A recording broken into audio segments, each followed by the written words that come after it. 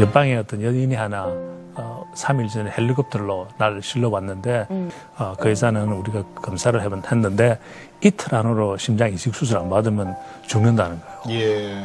그래서 참 혼자서 참 안 됐다고 그렇게 반응을 하고 끝난 줄 알았는데 여성 선생님 또 계속해서 뭐 차트를 보더니 나는 이제 살아날 수 있고 저 여자는 이제 죽으니까 안타까우니까 젊은 여자가 죽으니까 그냥 혼잣말로 그냥 그 지나가는 소리로 저 여자도 사실 필요한 심장이 당신하고 똑같은 O형이고 또 나타나기는 힘드니까 처음에는 그냥 안 됐네 그러는데 같은 O형 피에다가 예.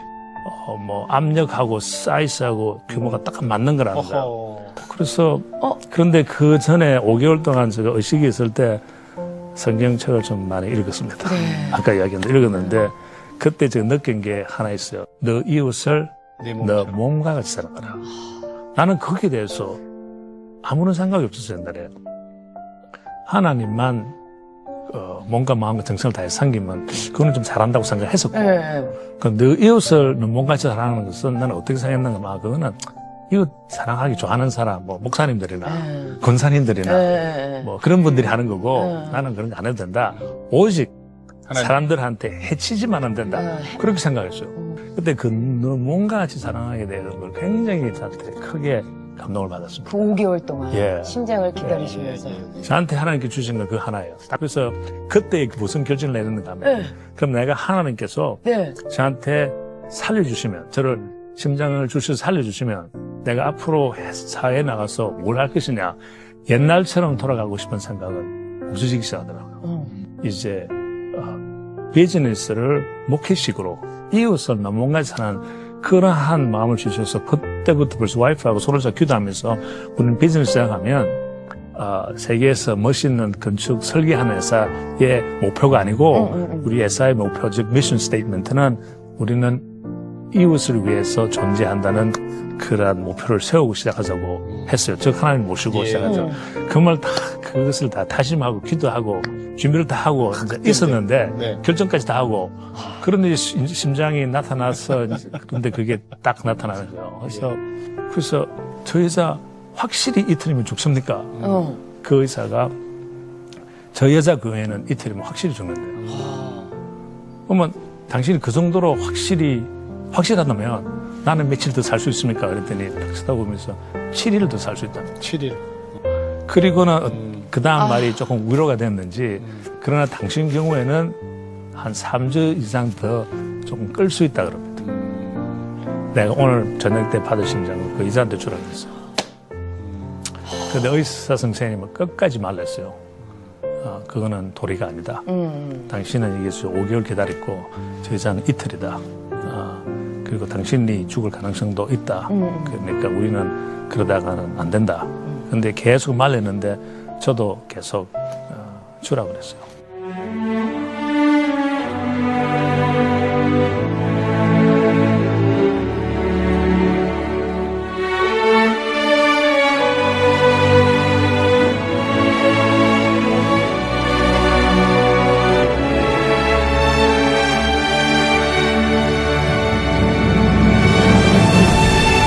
저는 17년 동안 언젠가는 내 심장이 또 나빠지면 하늘나라 가는구나 하는 그 마음이 있었기에 그래도 하나님 보시기 좋은 삶을 살려고 노력을 한 겁니다.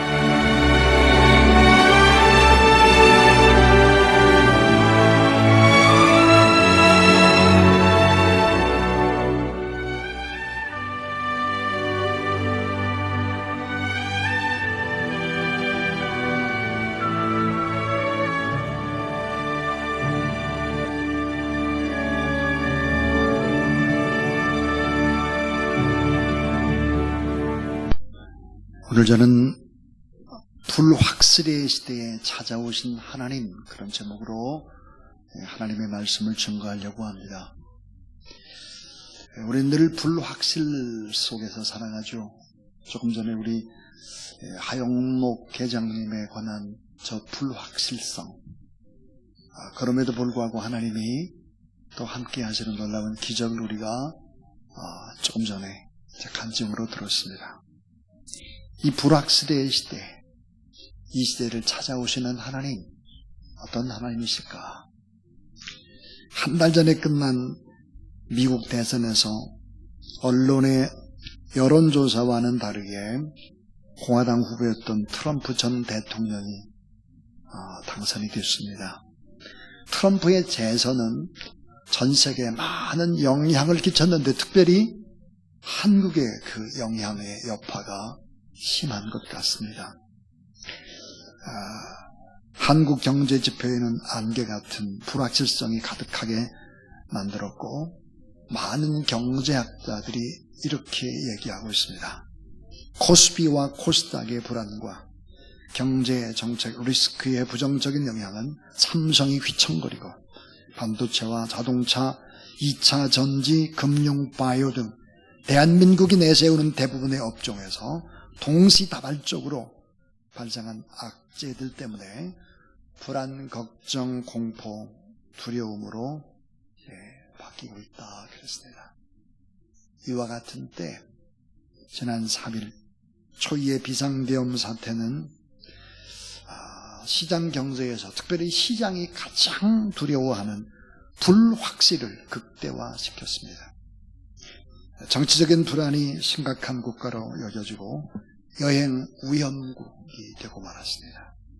대한민국은 그동안 차근차근 쌓아왔던 대한민국을 대표하는 알파벳 K자가 붙으면 멋져 보이고 호기심이 생겼고 대단히 안전한 국가의 이미지, 그래서 해마다 한국을 찾는 관광객의 수가 올해는 2천만 명을 넘을 것이다 라고 예상하고 있었던 때입니다.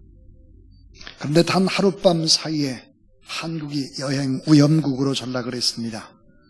주한 미국 대사관은 4일 홈페이지 첫 화면에서 미국 국민을 위한 긴급조치라는 제목으로 빨간색의 경고라는 경보 알림을 올렸습니다. 그동안 쌓아온 K의 명성에 먹칠을 하고 말았습니다. 오늘 설교, 불확시대에 찾아오신 하나님. 저는 이 말씀을 오래전부터 생각을 했습니다. 계엄이 터질지 전혀 예측하지 못했습니다. 그런데 이 설교는 일찍부터 시작을 한 설교입니다. 자, 오늘 우리가 말하는 불확실한 상황이 3,500년 전에 에집트 나일강가에도 일어났습니다. 자, 요셉과 이스라엘을 알지 못하는 새로운 왕이 애굽을 이제 살펴봤습니다. 새로운 왕이 등극을 한 것입니다. 그리고 애굽 전체를 쭉 살펴보니까 이상한 점이 있었습니다. 그것은 자기 백성보다 노예인 히브리 백성들, 이스라엘 백성들의 숫자가 너무 번창하기 시작했고 거기다가 강해지기 시작을 하는 것입니다. 그래서 왕은 노예 이스라엘 백성들을 전보다 더욱더 무거운 고역을 주었습니다. 그래도 번성했습니다. 그래서 이스라엘에서 태어난 갓난 남자아이를 죽이기 시작을 합니다. 죽여도 계속 증가하는 것이었습니다. 출애굽기 1장 7절은 그때 당시의 상황을 이렇게 얘기합니다. 이스라엘 자손은 생육하고 불어나 번성하고 매우 강하여 온 땅에 가득하게 되었더라 그랬습니다. 자, 여러분이 출애굽기 1장 7절과 함께 겹쳐지는 하나님의 말씀, 그것은 바로 창조한 후에 하나님이 축복하시는 창세기 1장 28절 생육 번성 충만의 축복을 이야기하는 것과 같습니다.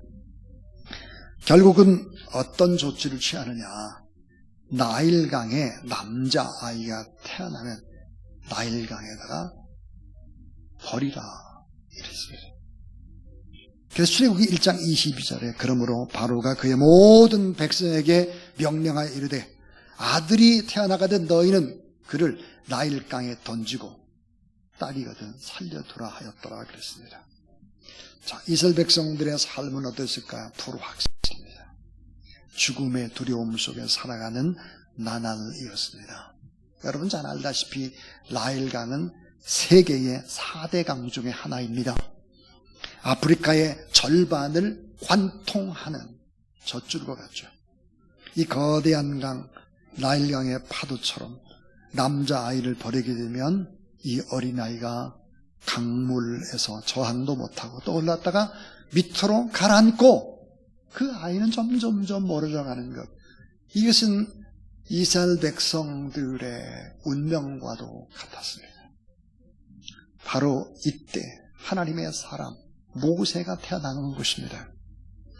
자, 사랑하는 여러분, 구약 성경의 중심의 메시지가 뭘까? 그것은 하나님의 나라입니다.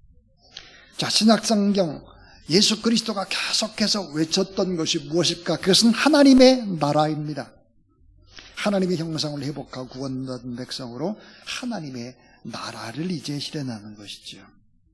그래서 창세기 1장 1절에 보니까 태초에 하나님이 천지를 창조했다 그랬고, 자, 신약 성경의 시작인 마태복음 1장 1절에는 따라하세요. 아브라함과 다윗의 자손 예수 그리스도의 계보라. 자, 여러분 꼭 잊지 말아야 될 것이 있습니다. 그것은 하나님을 믿는 사람이든지 안 믿는 사람이든지 하나님은 명령하시고 하나님은 심판하시는 권세가 있음을 믿으시기를 바랍니다. 그래서 노아 시대에도 물의 심판, 홍수의 심판이 있었고 아브라함의 시대에도 소돔과 고모라, 불과 유황의 심판이 있었습니다. 하나님은 심판도 하신다. 그래서 하나님의 나라는 언약 관계에서 아브라함의 언약이라든지 예수 그리스도를 통한 새 언약, 십자가의 언약이라든지 이 언약을 통해서 하나님의 나라가 점점점 퍼져가는 것이 하나님의 뜻입니다. 그래서 오늘 저는 하나님의 나라에 관한 이야기를 하려고 합니다. 오늘 이 시대를 잘 살펴보면서 하나님의 나라는 어떻게 퍼져갈까? 이 부분들을 깊이 한번 생각해 보겠습니다. 자, 첫 번째 교훈입니다. 하나님의 나라는 따라서 아주 작게 시작된다. 자, 하나님의 나라는 거창하지 않습니다. 시작이 화려하지도 않습니다. 아주 미약하죠, 작게. 그래서 사람들은 잘 모릅니다. 자, 하나님의 나라의 시작을 한번 보세요. 자, 우상장수의 아들 아브람입니다. 아브람을 아브라함으로 변화시켜가지고 출애굽기 1장에 애굽에서 내려온 야곱의 아들들, 야곱 한 사람, 이 한 사람의 아들들, 12아들. 그런데 이스라엘 자손의 숫자는 몇 명이었느냐? 70명이었습니다. 70명. 자, 그들의 숫자가 애굽 땅에서 폭발적으로 증가를 하게 되는 것이죠.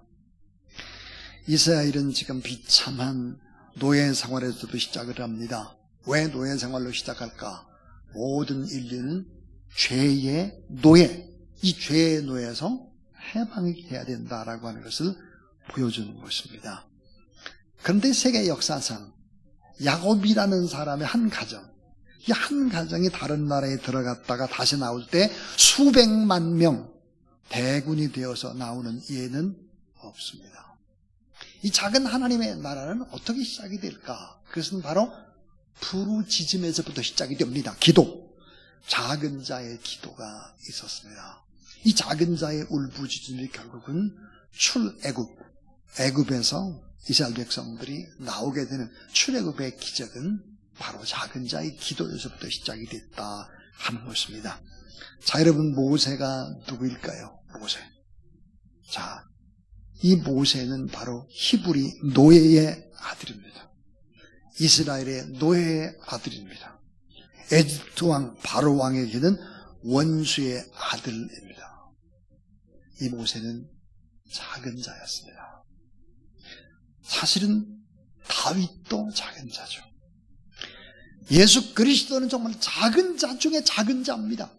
하나님의 나라, 하나님과 동등됨을 지하지만 이 땅에 오시죠. 인간의 몸으로, 그것도 베들레헴에서 가난한 곳에서 자라나기를 빈민촌 갈릴리에서 자라나는 것입니다. 예수 그리스도 작은 자였습니다. 여러분, 사울이라는 자, 큰 자였죠. 스스로 큰 자인 줄 알았는데 나중에 예수 그리스도를 만나고 그는 바울, 작은 자가 되었습니다. 작은 자입니다. 누구도 예측할 수 없죠. 자, 우리가 하나님 앞에 기도하게 되면 하나님은 아무도 모르게 주님의 일을 하실 수 있음을 믿으시기를 바랍니다. 하나님의 나라는 이렇게 시작이 되는 거예요. 하나님의 나라. 자, 두 번째입니다. 아주 중요한 얘기인데, 하나님의 나라는 소수의 여인들에게서 먼저 시작된다는 것입니다. 자, 하나님의 나라는 소수의 여인들에게서 먼저 시작이 돼요. 믿음이 있는 여인들. 성경은 믿음 있는 여인들을 부각시킵니다. 믿음의 소수. 그 여인들이 오늘도 등장하죠. 모세의 탄생에서 등장하는 여인들, 모세의 어머니, 그리고 누이입니다. 두 여인은 자신의 한계 상황을 맞이했죠. 자, 모세가 태어났는데 보니까 그 모습 속에서 자, 준수함을 봤다 그랬어요. 탁월함을 본 것입니다. 그리고 자기의 힘이 닿을 때까지 3개월 동안 모세를 키웠습니다. 최고 최선 다한 거죠. 그리고 연약하기 짝이 없는 갈대 상자를 만들고 역청을 칠해서 자, 모세를 넣었습니다. 그리고 나일강에 띄우는 것이죠. 자, 하나님의 사람이었던 믿음의 두 여인은 오직 변치 않으시는 신실하면서 하나님을 믿고 나일강 위에 모세의 생명을 올려놓은 것입니다. 자, 나일강, 예측 불허의 세상, 예측 불허의 강물 위에 모세의 생명을 올려놓은 것. 그러나 조금 더 깊게 생각을 해보면, 자, 모세의 어머니가 모세를 나일강 위에 올려놓은 것은 무엇을 의미할까? 자신의 생명을 던져버리고 하나님께 맡기는 것을 의미합니다. 자, 모세를 보고서 바로의 딸이 불쌍히 여겼다 그랬습니다. 자, 갈대 상자에서 열어보니까 아이가 울고 있었는데 바로 히브리의 아이, 이스라엘 민족의 아이였습니다. 금방 알았습니다. 그를 불쌍히 여깁니다. 자, 이 바로는 죽이려 하는데 딸 공주는 이 아이를 살리려고 합니다. 반전이죠. 그리고 바로의 궁에 입궁을 해서 최고의 지도자가 되기 위해서 최고의 교육을 받을 수 있도록 그렇게 합니다. 자, 예수 그리스도의 태어나심도 한번 잘 생각을 해보세요. 예수님의 태어나심 이전에 누가복음에 보니까 세례 요한의 탄생이 기록이 되는데 세례 요한의 어머니가 아주 늦은 나이에 바로 세례 요한을 임신하죠. 엘리사벳입니다. 가장 믿음이 좋은 마리아의 태를 하나님이 빌려서 결국은 은혜를 입어서 그 은혜를 입은 사람들을 통해서 바로 예수 그리스도를 이 세상에 태어나게 하시는 하나님의 손길을 만날 수 있습니다. 자, 예수 그리스도의 태어나심도 어김없이 여인들이 존재합니다. 그럼 왜 세례 요한의 엄마인 엘리사벳을 등장시켰을까요? 왜 필요했을까요? 엘리사벳도 한동안 아이를 갖지 못했고 외로웠고 힘들었습니다. 엘리사벳과 마리아는 친척간이었죠. 그래서 숨어서 이야기할 수 있었고 또 세례 요한이 엄마 뱃속에서부터 성령 충만했으니까 그런 경험들을 이야기해주고 그래서 더 담대할 수 있도록 마리아 곁에 여인을 붙여놓은 것입니다. 자, 인류 역사상에 모세만큼 위대한 사람이 있었을까요? 자, 모세, 이름의 뜻이 뭘까요? 구원이라는 뜻입니다. 자, 물에서 건져 올리다, 강물에서 건져 올리다, 구원이라는 뜻이죠. 모세라는 이름의 의미. 자, 예수 그리스도 의미가 뭘까? 자기 백성을 죄에서 구원할 자, 구원자입니다. 그러니까 모세와 예수 그리스도, 예수님과는 그 의미가 같은 것입니다. 모세의 탄생과 예수님의 탄생은 거의 흡사합니다. 모든 과정이 그렇습니다. 자, 우리가 꼭 잊지 말아야 될 것. 하나님의 나라는 소수의 여인들에게서 먼저 시작이 된다라고 하는 것이죠. 이 사실들을 성경은 강조하고 있습니다. 자, 이제 세 번째입니다. 자, 하나님의 나라는 따라하세요. 하나님의 주권에서 시작된다. 한치의 오차도 없이 인간은 모르는데 하나님의 역사는 한치 오차도 없이 보이지 않는 크신 하나님의 손길 따라 너무 크니까 볼 수 없어요. 너무 작은 것까지 섬세하니까 하나님의 역사는 인간이 볼 수 없습니다.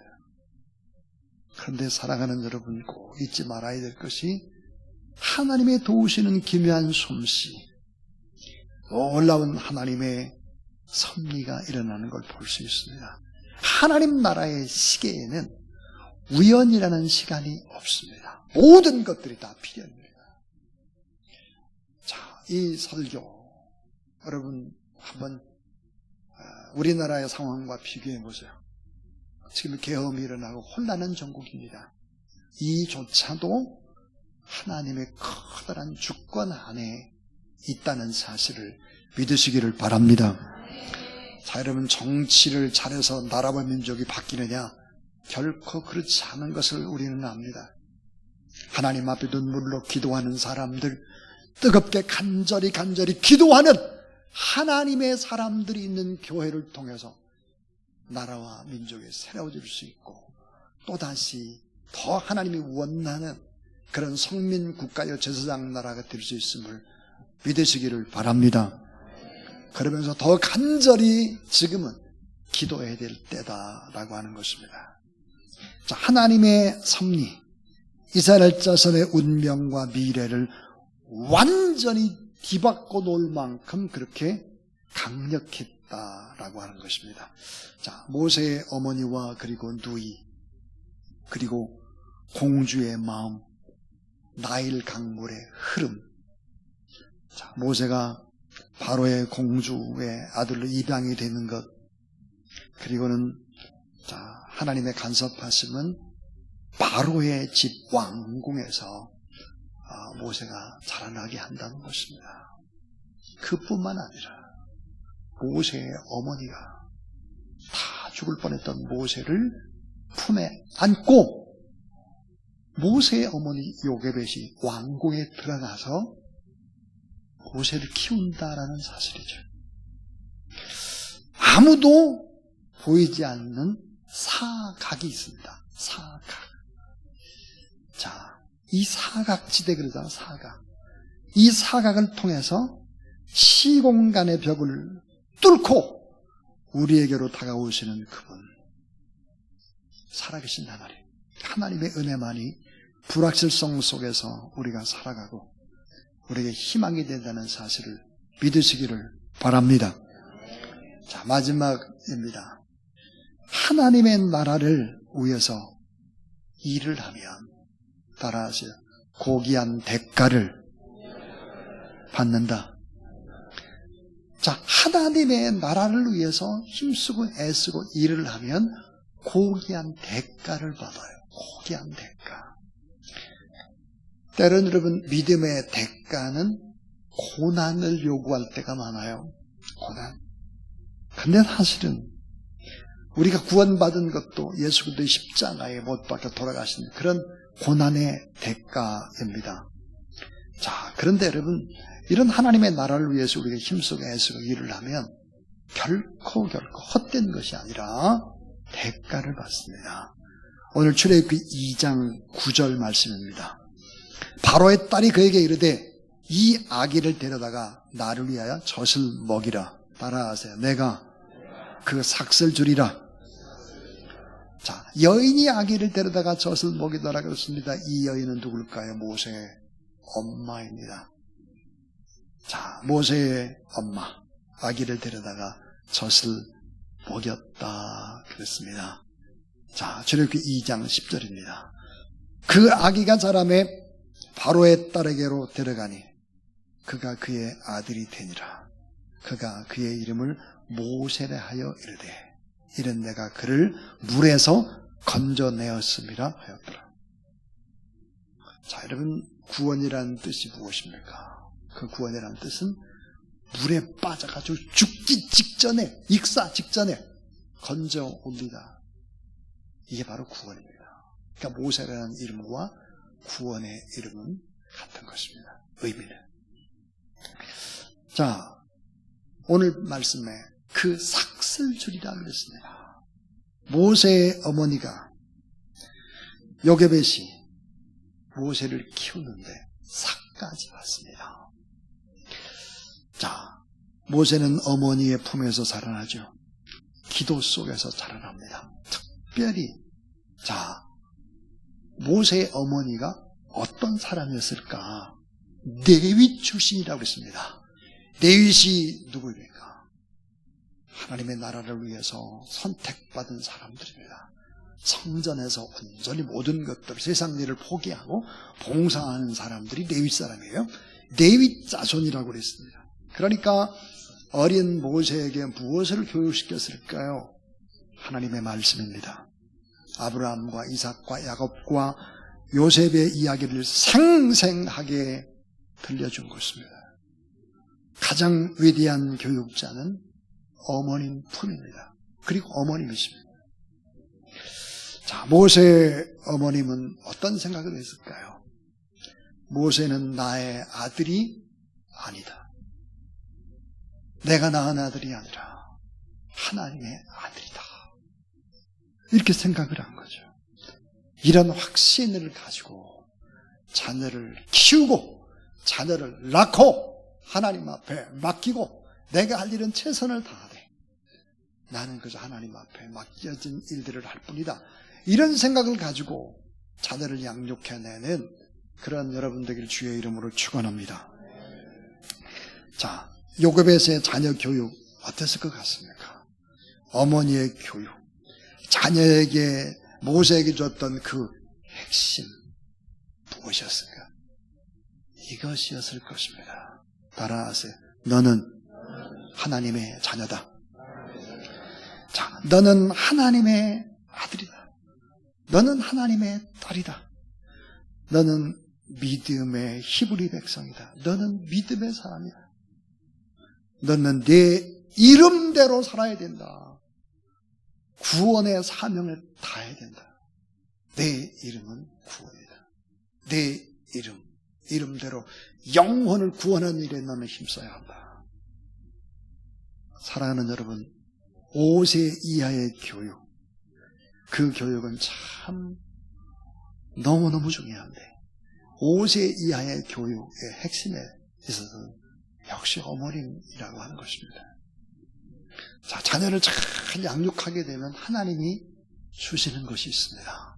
그것은 뭘까요? 상급입니다. 어떤 상급일까요? 자녀가 상급이에요. 자녀가 어때요? 하늘에서 우리에게 주는 선물이에요. 자녀가 뭘까요? 최고의 기업이에요. 삼성, 현대, 효성, SK 이것이 기업이 아니라 우리에게 진정한 기업은 자녀다. 이 자녀를 통해서 위로를 받습니다. 이 땅에 내가 살아가는 것이 참 의미가 있고 가치가 있고 참 행복이 무엇인지를 알게 하는 것입니다. 그게 축복이죠. 그런데 여러분, 이런 축복으로 끝나지를 않습니다. 그것은 바로 하나님의 나라를 우리가 통째로 받게 된다. 이런 놀라운 축복을 받습니다. 이제 저는 설교를 마칩니다. 어떻게 하나님의 나라는 확정이 될까 하는 거예요. 하나님을 경외하면, 예수 그리스도를 믿게 되면 어떤 하나님의 나라가 어떻게 커져갈까, 생육 번성 충만할까 하는 이야기입니다. 자, 여러분, 아브라함 그랬습니다. 우상 중 장수의 아들이었다.